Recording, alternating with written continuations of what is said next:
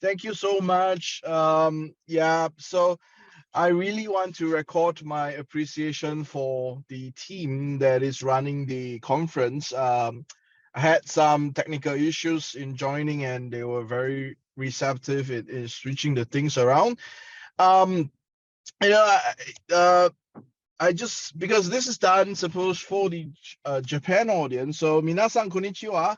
Watashi wa Terence desu. Dozo yoroshiku hajimemashite.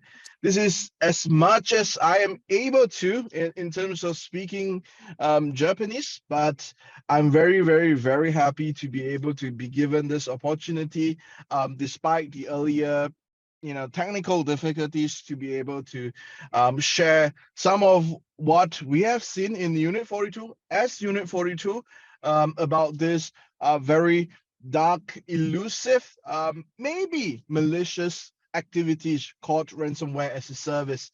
If I may trouble the colleague to move to the next slide, please.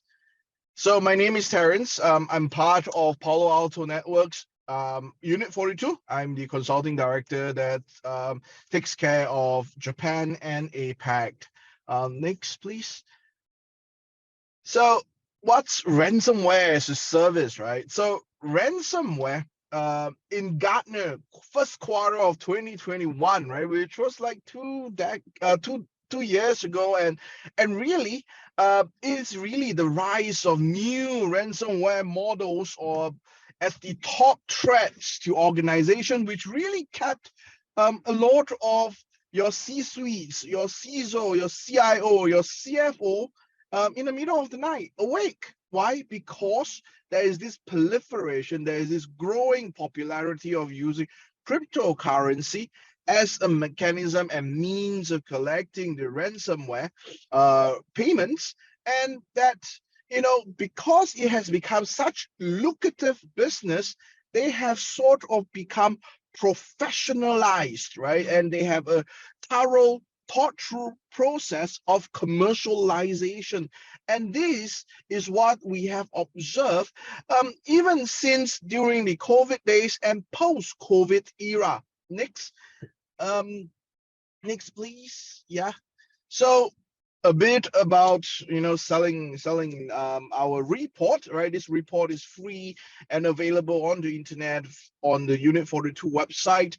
You can see that just across the globe we see about 20 times more ransomware attacks or ransomware incidents that have been reported, while it says 42% of the reported incidents are United States-based victims. But what we believe, right, internally as Unit 42, as we look through the data, as we look at the bigger environment, the bigger ecosystem, we believe that there are actually a lot more victims within the ASEAN, within the JPAC region. But because our culture is to really resolve our problems ourselves, right? So if we get really hit with a ransomware, we tend to resolve it as an internal problem rather than engaging a external vendor or a external provider to come in and help us resolve the situation. So in reality and in actual fact, what we believe as Unit 42, what we believe and what we can see and quantify in terms of dark web data is that there are a lot more victims that are based, in the ASEAN, in the Japan area regions, in our proximity. It's just that we are not having them come forward and say, hey, we have been victimized, or they have sort of resolved the situation themselves. But what is critical itself is that among so many of the data that we see, we actually see a very high amount of percentage of victims are in the manufacturing sector, manufacturing industry, and that can span across automotive manufacturing, that can span across medical equipment manufacturing, and all the other potential manufacturing industries, from generating plastic all the way down to generating or treating food waste. So in a sense, in our Asian or ASEAN region, we are powered, right, by manufacturing, whether or not it's in the low tech or the high tech industry. one way or the other, the economies of our countries, the economies of our economics really depended on manufacturing. Next, please. Yeah, so what's there to say, right? If we are attending a JPAC conference or a Japan DFIR summit, if we don't show some Japan data or some you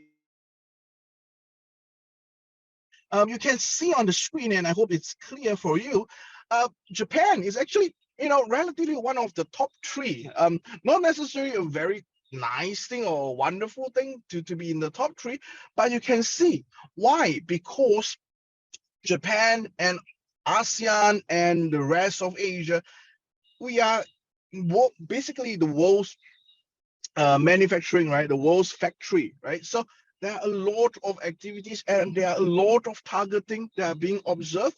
And you can see in Japan, just Japan alone, we have observed actually about 32 ransomware incident that we were involved in, right, in the whole of 2022.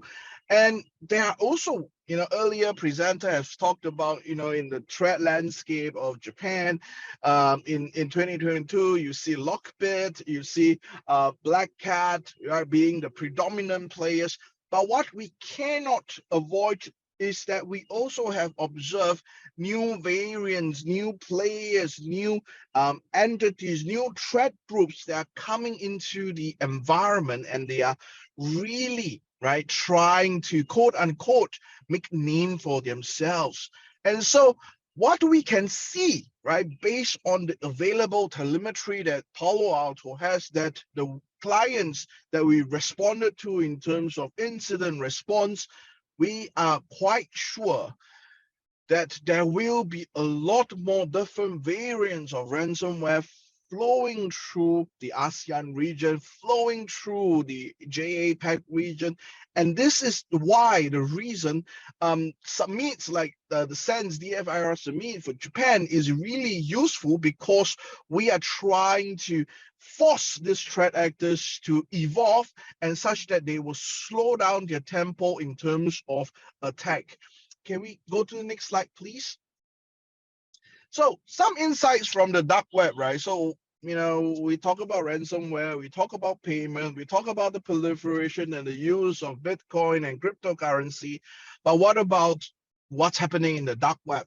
So 7 new victims are identified in the monitoring that we do in the dark web, right? 7 new victims daily times 365 days a year.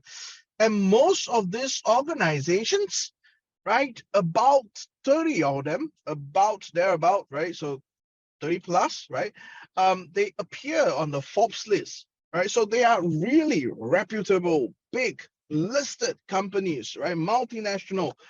They are breached, they are exploited, they are targeted, and they are now exposed. Their data is now available for purchase on the dark web. And this is not good in the sense for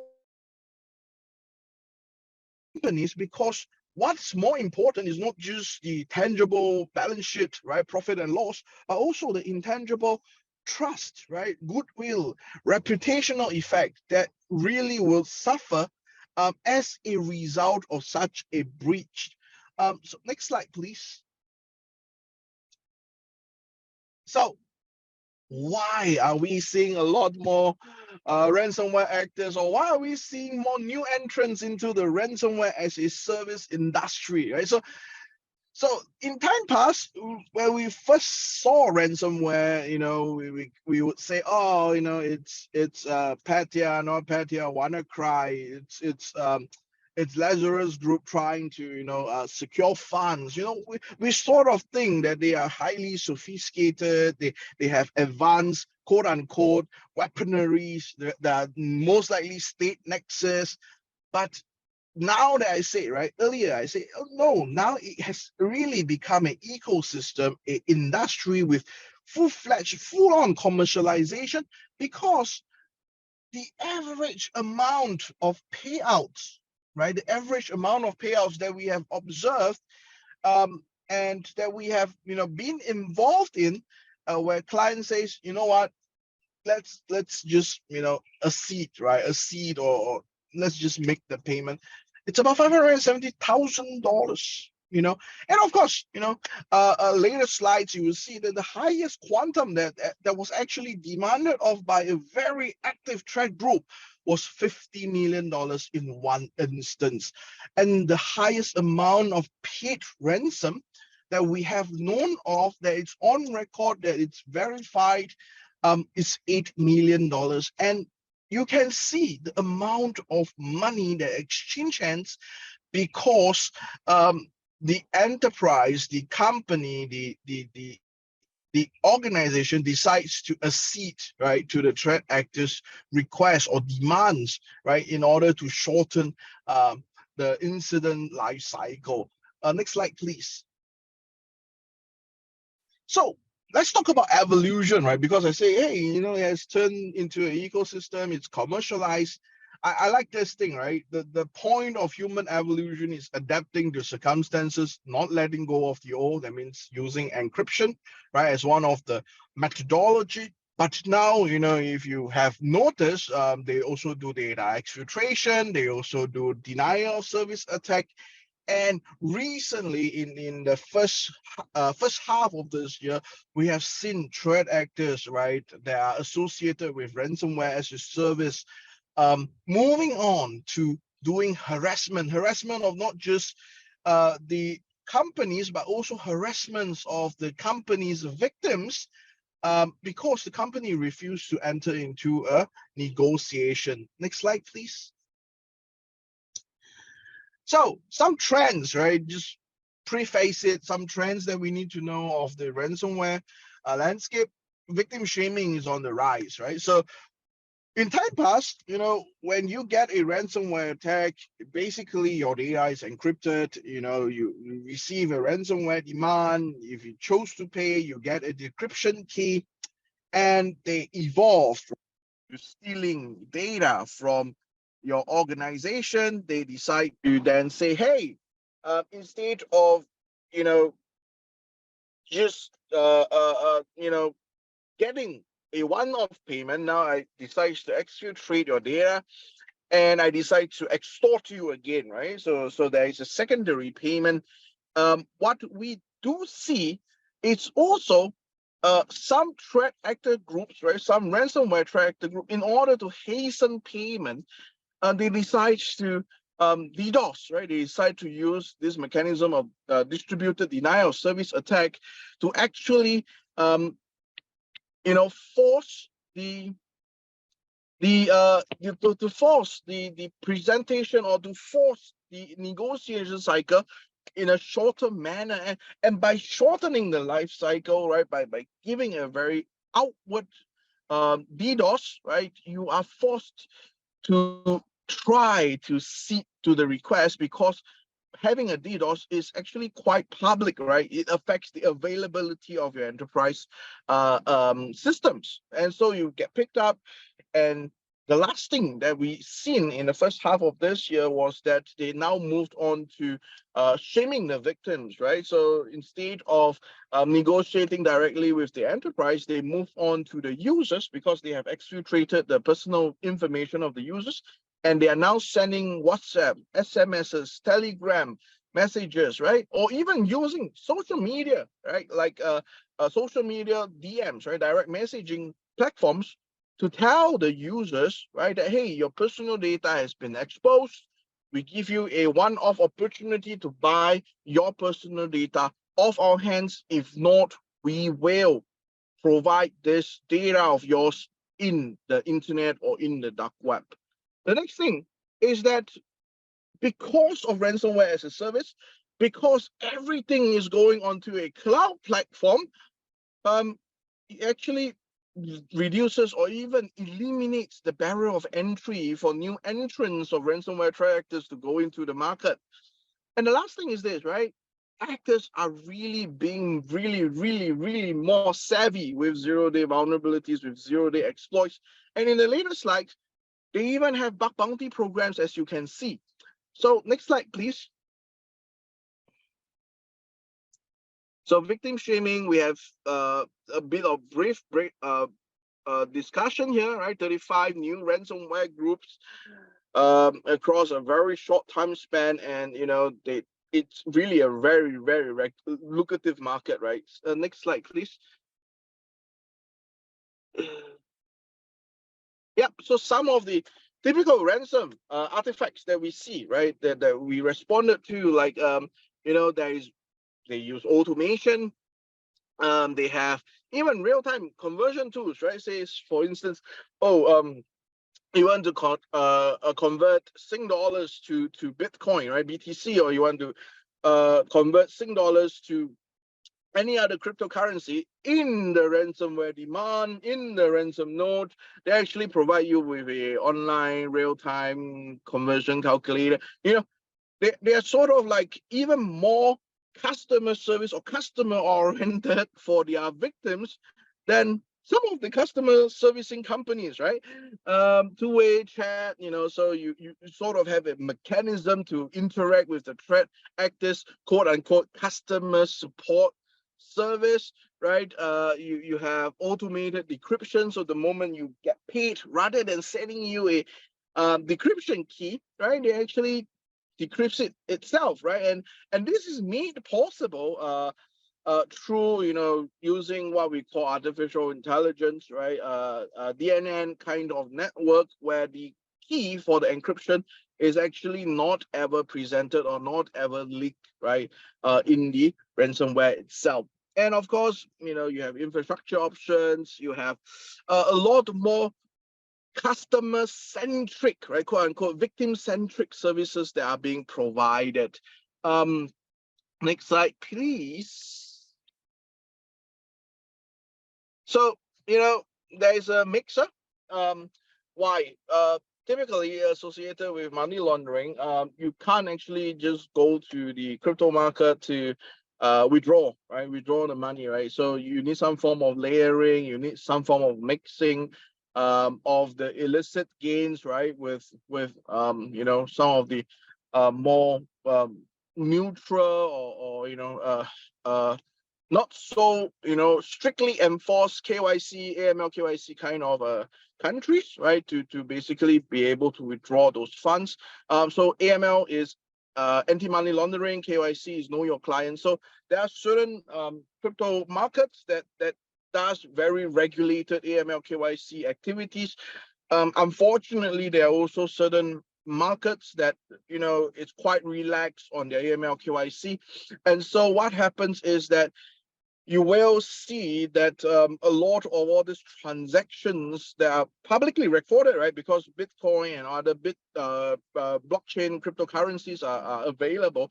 You would see that some of these transactions, or most of these transactions, are done in markets, right? In crypto markets where they have slightly more relaxed kind of AML KYC policies, and also they do monitor their reputations, right? They do monitor conventions, cybersecurity events, summits, talking about their product, talking about their services, talking about how their services might be compared with other threat actors. It's almost like market intelligence that they are trying to gather.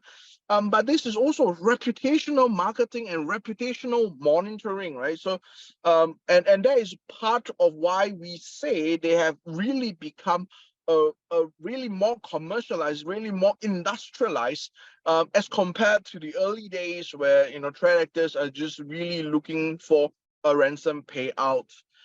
Next, please. Right. So, like I mentioned earlier, extensive operating system support.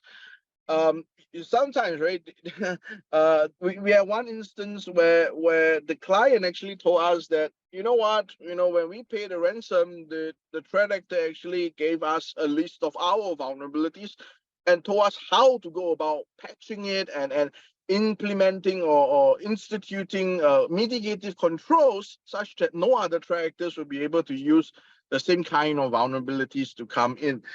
And I'm really totally surprised because in traditional conventional sense, right? When you are being ransomed by a thief or by a kidnapper, and you pay the ransom, you don't really expect the kidnapper to teach you some kung fu in order to prevent yourself from getting kidnapped again, right? But this is the kind of level that some of these threat actors, some of these ransomware as a service affiliates or the mastermind would be willing to go as part of, after sales support, I would say, right? So it's sort of like they are so comfortable with telling you that, you know what, this vulnerability we have already patched it for you. These are some of the vulnerabilities that are still left in your systems. Please try to patch it, apply this patch, implement these controls. While they are not as professional in sense of providing you with a report and an impact and a business impact analysis, they are quite accurate in how you would be able to use the controls that they propose or the mitigative measures that can be implemented to prevent a recurrence of a ransomware attack. So in a sense, some of these threat actors, some of these ransomware actors are in the gray zone, right? In the gray zone of being totally nefarious, but not totally upright like a professional cybersecurity person. Yeah. Next, please. So some trends. Yep, you can move on. So it's just a background that we actively track like 56 of the ransomware as a service threat actor groups. And one of these threat actor group, like the earlier presenter have talked about, is LockBit, right? So LockBit. So the next slide, we actually see how LockBit actually evolved through the years, right? Yeah, next slide. It's good. Yeah. So this is LockBit. This is LockBit version 3.0. And this is how you would be able to become an affiliate of LockBit ransomware group, right? So they state out their terms and conditions. They say how you would be part of the affiliates, be part of the group that that sells or solicits for business or identify victims on their behalf. And they set quite strict rules, right? So the whole idea of the affiliate rules, as you would be able to observe for LockBit, this threat actor group, they actually, since the Conti gang, right, the Conti ransomware gang ceases its operation, the paradigm shifts, right? So those affiliates that were used to be working for Conti gang ransomware, Conti ransomware gang, they moved over to LockBit and they have to acclimatize, right? They have to, because they are now in a new quote unquote organization, they sort of have to understand, the ways of working, right, for LockBit. And LockBit actually say, you know what, sure, let me give you my 10 commandments, right, quote unquote my 10 commandments, and they list it out clearly for you. And there are different language support, right, for the affiliates. So can you imagine? I'm a ransomware group. I'm like a kidnapper, but in order to support you to utilize my kidnapping services, I'm providing localized language for you so that you understand how to identify potential kidnap targets for me. How many of the legitimate businesses that are out there is willing to do such things, right? So it's really unique, and it's really the industrialization and commercialization that you would be able to actually observe, right, from this sort of threat actor groups. Next slide, please. Yeah, I'm mindful of the time. And so, of course, LockBit 2.0, they clean it up, they have bug bounty programs, and they even have, vulnerability reporting channels. So, if you find that there is a vulnerability of their ransomware, you actually could submit that ransomware vulnerability, right? And they will actually improve it, and they will actually say, oh, we took note of this vulnerability in our ransomware. We will be changing this, right, in our next version. And in 2002, they actually removed the dynamic link library vulnerability in LockBit 3.0, and they have actually improved that version since 7 May of 2022. So they are constantly evolving, they're constantly patching, they're constantly improving their software solutions so as to deliver the best maximum impact against their victims. Yeah. Next slide, please. So also, right, major releases of LockBit, right? So in time past, right, you can see that how they would be able to when you're being ransomed, right, they sort of have to provide a ransom note, right, avenue for you to reach out to their quote unquote customer support. They actually evolve, they clean up their technology, they provide a lot more information, they shorten the time to wait, and so on and so forth. This is constant, what we call product innovation, isn't it? So you sort of see that, they try to improve, they try to innovate their product delivery mechanism as well. So this is really, right, supporting the hypothesis that even a ransomware threat actor group, it's constantly innovating and evolving and changing and discovering new ways and means and services that would amplify their ultimately nefarious reputation. Yeah. So next slide, please. Yeah. So even the disclosure, right? So we talk about data being exfiltrated.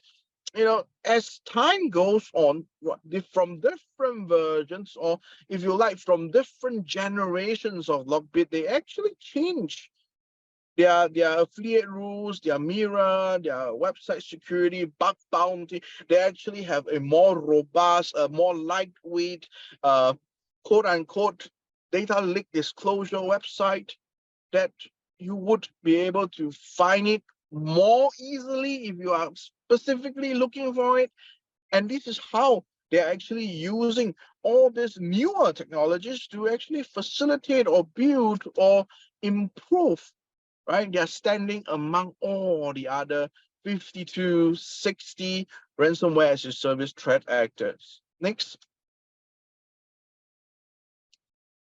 Yep. So like I said earlier, right? So you need some sort of weaker AML, weaker KYC market, right? And these are some of the avenues, right, that you may get redirected to in order to purchase your cryptocurrencies.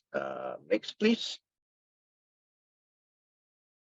Yep. So Bitcoin mixer. So in traditional financial money laundering, right? So there are 4 distinct phases of money laundering, and one important part of money laundering is mixing and layering, right? And so the threat actors themselves are well versed in this, and they are using traditional money laundering tactics, right, to actually mix the coins together from illegitimate income, from legitimate perhaps traded income, and they would layer it, right, so as to obfuscate, right, the true identity or the true sense, the true crypto wallet that is holding the large amount of money, yeah, and how this money is being cashed out, where is it transferred to, and so on and so forth. Next slide, please. Thank you. So one thing is I have alluded earlier to is this threat actors, this ransomware as a service providers. My belief is they are also observing, a threat intelligence. They're also observing your national vulnerability database, your MVD. They're also watching what is really out there, and they're also trying to discover new vulnerabilities, especially zero-day vulnerabilities, because this sort of vulnerabilities, especially the more powerful ones, the more not so common commodity kind, right, but unique ones like the ones that we have, Eternal Blue, right, that spark of Petya, not Petya, WannaCry. These sort of vulnerabilities, especially on a very large deployed operating system landscape, right, it's what they are after, because these are the points of entry that they can use, and these are the points of entry that they can prevent, right, other groups from coming in, and or other groups for patching it, and so on and so forth. And so attackers are using and making use of AI, artificial intelligence, to identify what are some of the more uncommon, unheard of, or even not yet discovered, that's why it's called 0-day, right? Not yet discovered vulnerabilities in operating systems. So much so that, you would have to be really acutely aware and be even more vigilant about your own enterprise network, about your own enterprise infrastructure. Next, please.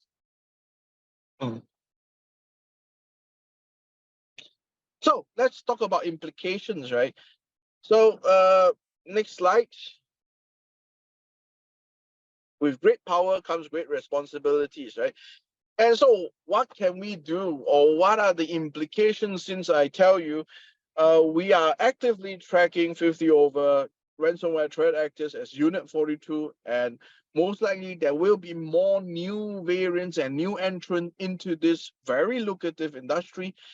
We can, as enterprise, take some defensive mechanisms, right? While we don't want to be offensive, we have every right to defend our land, our property. And so one thing that we need to take note of is now backups are no longer enough. Gone were the days where we just say, you know what, we can have really low RTO, really low RPO, we can have off-site backup, warm site, cold site, and it will be all fine. As we continue to decentralize, as we continue to move our services from on-prem to the cloud, you will realize that we become more and more dependent on the security infrastructure of our cloud service provider. And it introduces new variants of attack and new possibilities of attack that wasn't enough just to be considered in time past, and that backup of your data, backup of your information or your infrastructure are no longer the de facto way of doing things, right? So extortion techniques are now becoming more and more efficient. The threat actors know that you have backup. The threat actors know you can recover all your infrastructure in a heartbeat. And that is why they are no longer just encrypting your infrastructure. They are not just encrypting your data.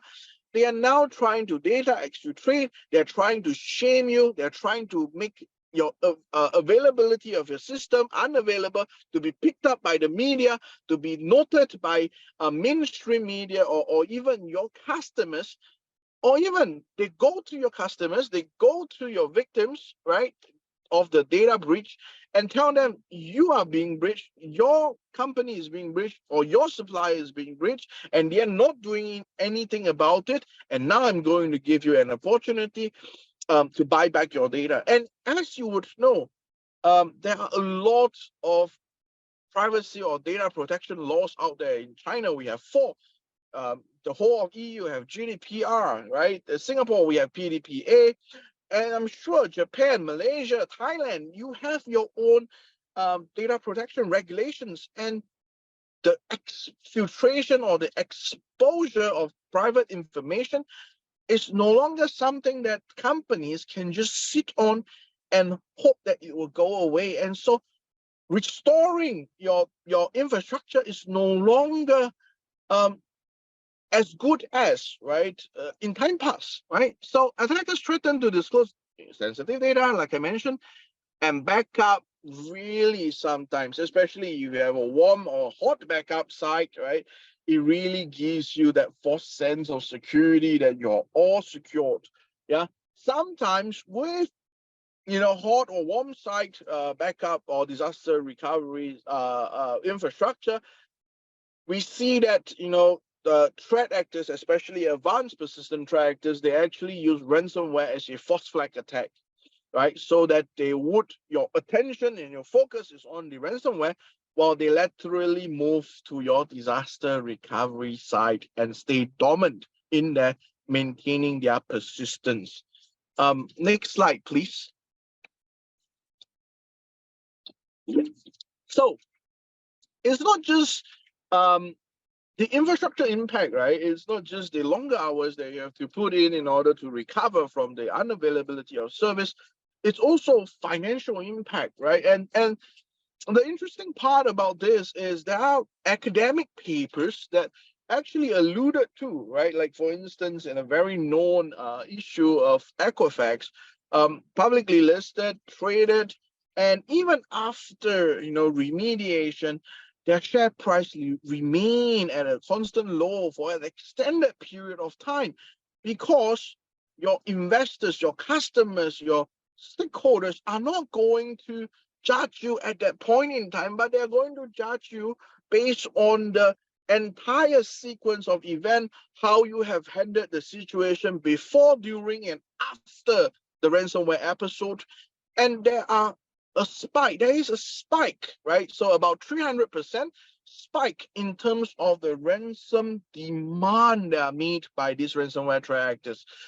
So, right, it's not just dollars and cents at that particular instance. It's not just I can cover this payment using my cyber insurance, but also the financial impact that is subsequent of the recovery, the non-tangible or the intangible damages that are being done that is very hard to qualify, such as, for instance, the exfiltration of your R&D, right, research and development data, the exfiltration of your sensitive data, the breach of trust or reputation with your customers.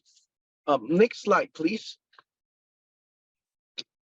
So, like I say, right, so sometimes because of there are DR sites, some threat actors, some advanced persistent threat actors, APT, they do use what we call false flag attack, right? So they would throw in a ransomware, and the incident responders' attention will be drawn to the ransomware.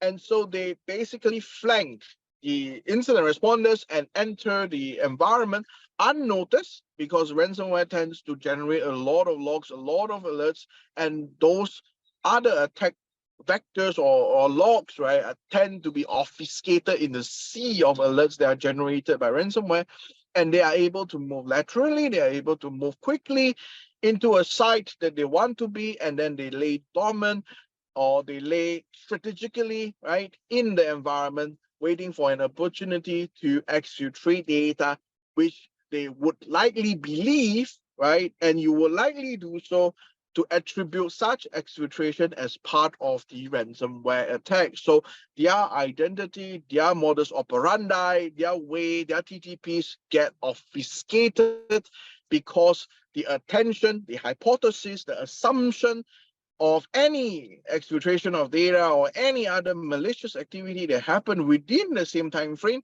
tends to be associated, to be linked, to be thought of as part of the causation of the ransomware attack. Next slide, please.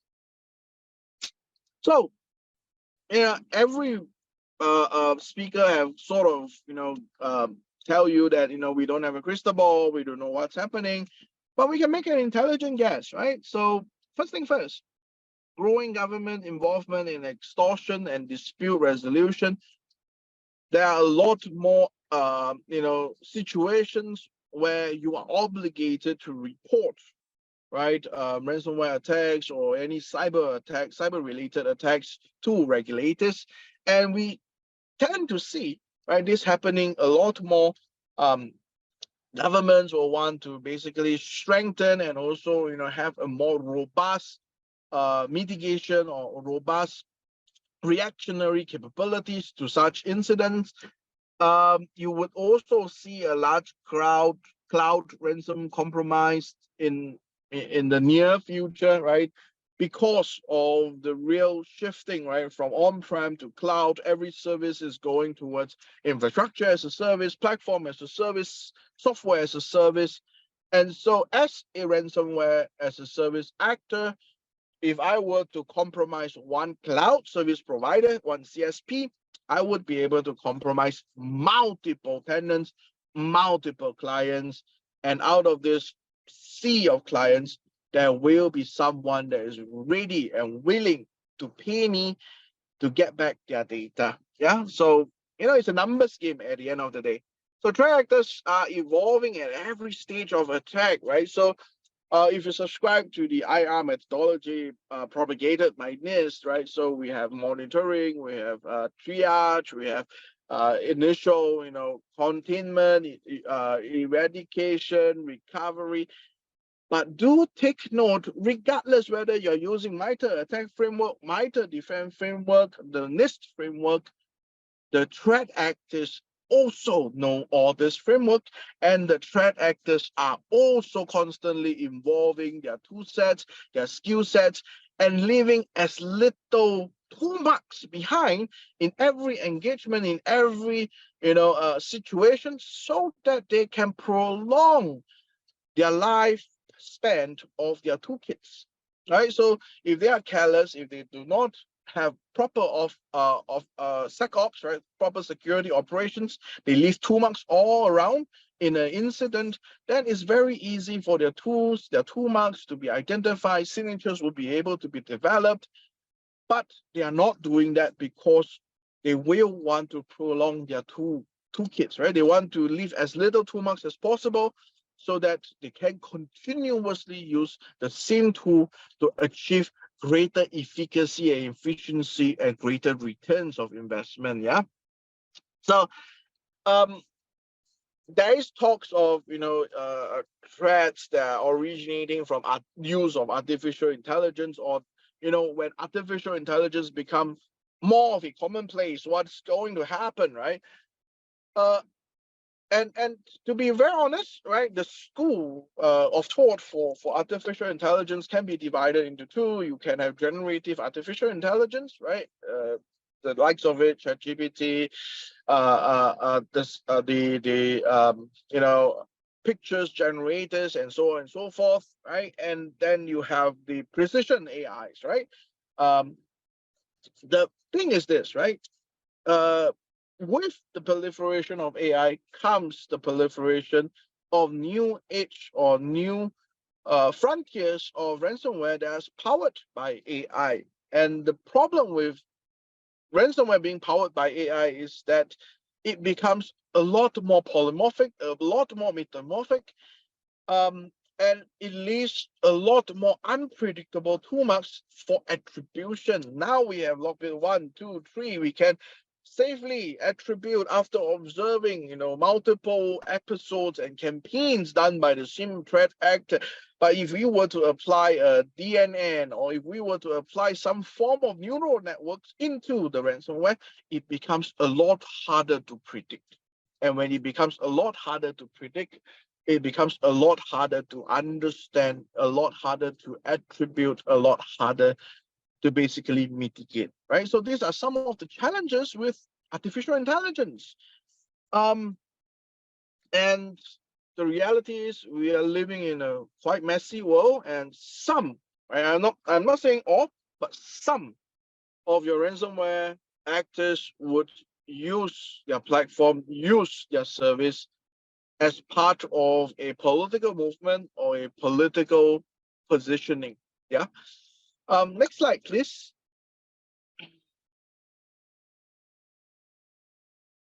So let's end off on a good note. Let's end off on a note, right, of how we can sort of countermand, right? So next slide. 7 key insights, right?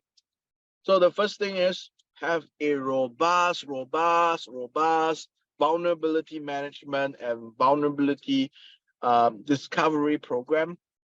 The more efforts done to basically prevent the vulnerability from being exploited. And here I introduce you one of the paper that I've written.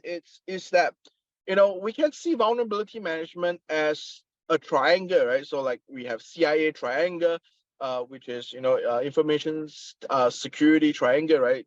The vulnerability management triangle is this, right? we have the opportunity or the chance or the odds against the availability of the vulnerability, against the availability of the exploit or the commonality of the exploit. So our role as a defender, right, DFIR, our role as a defender is to monitor the availability of exploit, control, right, the availability of the chance or the likelihood, and then to basically mitigate, right, the availability of your vulnerability. If we can do this, just this three, right, having control your chance, control the availability of your vulnerability, and to monitor through threat intelligence, right, the availability of exploit, we can then have a very robust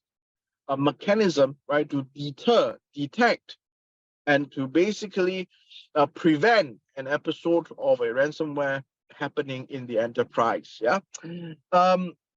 There are other tools, like for instance, usage of multi-factor authentication, having like XDR, right, advanced detection and response agent-based capabilities, right, having proper robust patch management, like I alluded to earlier, and of course, right, try to fine-tune your system such that it will not cause your SOC or your NOC, right, your security operations center or your network operations center, to go into what we call an alert fatigue. Yeah.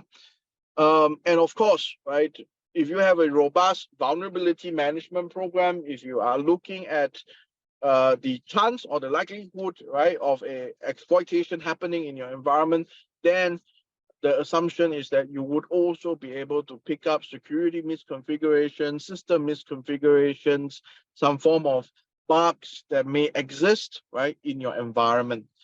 Next, please. Right. So the common factor that affects or that basically comes in the sense, the entry point, right, the initial compromise vector is typically through phishing, right? So have robust CETA, security education, training, and awareness, run some phishing campaigns, and get your employee population, right, warmed up to receiving and identifying and reacting to phishing attempts. Yeah. Disable any form of unnecessary connection to the outside world, right? Not just RDP, but any form of unnecessary service, be it FTP, be it SSH, or any other protocols. Have a tiered patching system. Anything that's exposed to the internet, try to patch as quickly as possible. Implement multi-factor authentication.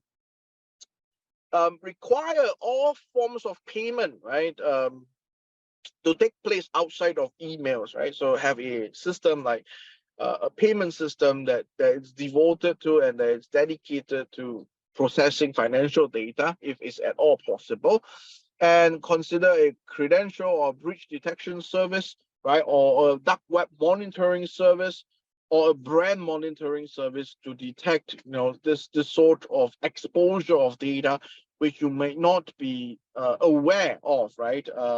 And especially if you are in the software development arena, or if your company has some form of software development or programming capabilities, right? One good place to actually look for confidential data, especially credential pairs, would be GitHub or Git, right, or any other code sharing sites. Yeah.